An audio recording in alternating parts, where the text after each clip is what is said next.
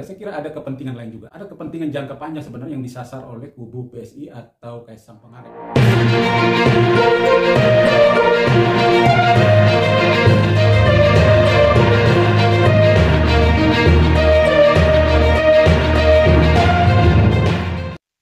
Halo, salam jumpa kembali sahabat TV Demokrasi sekalian dimanapun Anda berada. Salam sehat untuk kita semua. Mantap.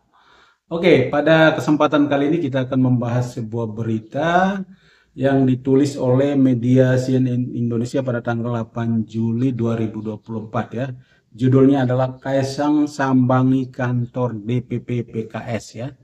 Saya kira ini berita yang sangat menarik sekali ya, karena kita ketahui bahwa selama ini kan kita melihat PKS dan PSI ini ibarat Tom and Jerry gitu ya. Jadi tetapi ya itulah politik ya. Tidak ada musuh abadi, tidak ada lawan abadi gitu ya.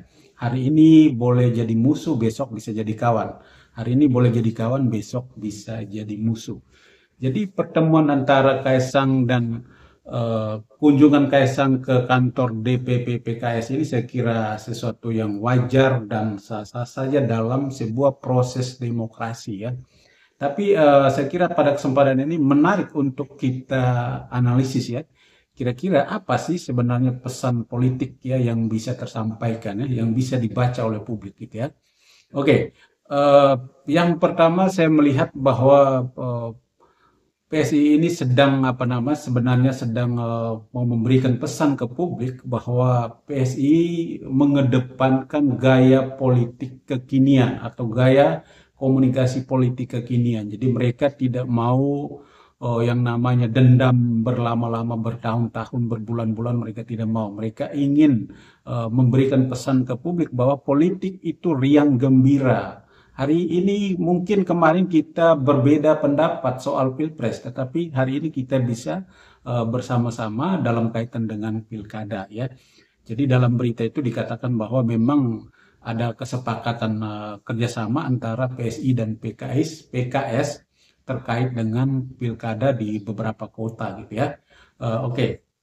Jadi itu pesan pertama. Terus yang kedua adalah saya kira basis pemilih PKS ini kan jelas ya, pemilih militan dari kelompok Islam kota atau Islam modern. Jadi saya kira ini juga menjadi salah satu yang disasar oleh PSI. PSI ingin memperluas jejaring, melakukan penetrasi di basis-basis pemilih PKS gitu ya. Jadi ya saya kira wajar-wajar saja kalau memang PSI melakukan pendekatan komunikasi-komunikasi semacam ini untuk menggait pemilih-pemilih Islam kota atau Islam modern gitu ya. Nah, itu dari sisi PSI gitu ya. Kemudian yang kedua adalah dari sisi PKS sendiri, saya kira ya yang pertama adalah justru PKS sangat diuntungkan dengan pertemuan ini ya. Kenapa? Karena sosok Kaisang ini bukan hanya sebagai ketua partai, tetapi sosok Kaisang ini adalah putra kedua dari Presiden Jokowi, orang yang sedang berkuasa saat ini. Jadi saya kira secara elektoral PKS sangat terbantu dengan pertemuan ini ya. Pemberitaan di media nasional, di media sosial dan sebagainya saya kira sangat menguntungkan Partai Keadilan Sejahtera gitu ya. Kemudian yang kedua, saya kira PKS juga sama seperti PSI. PKS mau menunjukkan kepada publik bahwa PKS ini adalah partai terbuka. PKS bisa berkomunikasi dengan siapa saja. Bayangkan, selama 10 tahun PKS menjadi partai oposisi pemerintahan Jokowi, tetapi PKS tetap memberi ruang komunikasi kepada putra Presiden Jokowi yaitu Kaisang Pangarep. Artinya apa? Artinya PKS mau menunjukkan ke publik, PKS adalah partai terbuka, PKS bisa berkomunikasi dengan siapa saja, PKS bisa bekerja dengan siapa saja, gitu ya.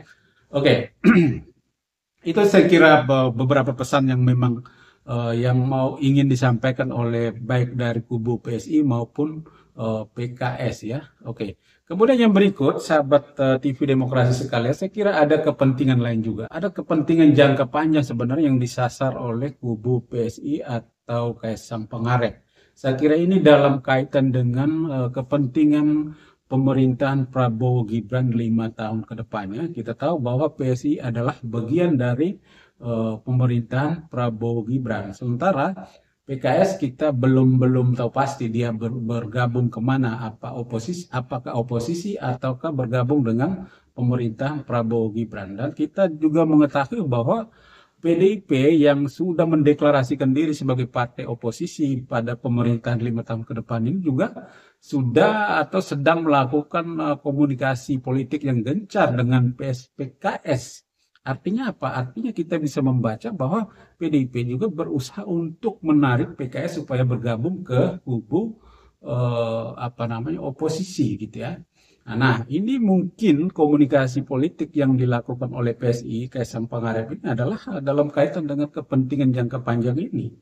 Jadi kalau misalnya PKS berhasil bekerja sama dengan PSI, berhasil sukses dalam pilkada ini, saya kira sangat mudah, sangat gampang untuk mengajak PKS mendukung pemerintahan Prabowo Gibran 5 tahun yang akan datang ini. Jadi saya kira pertemuan-pertemuan ini menarik sekali untuk kita tonton, untuk kita kaji, dan untuk kita bahas ya. Oke, saya kira demikian teman-teman sahabat TV Demokrasi sekalian.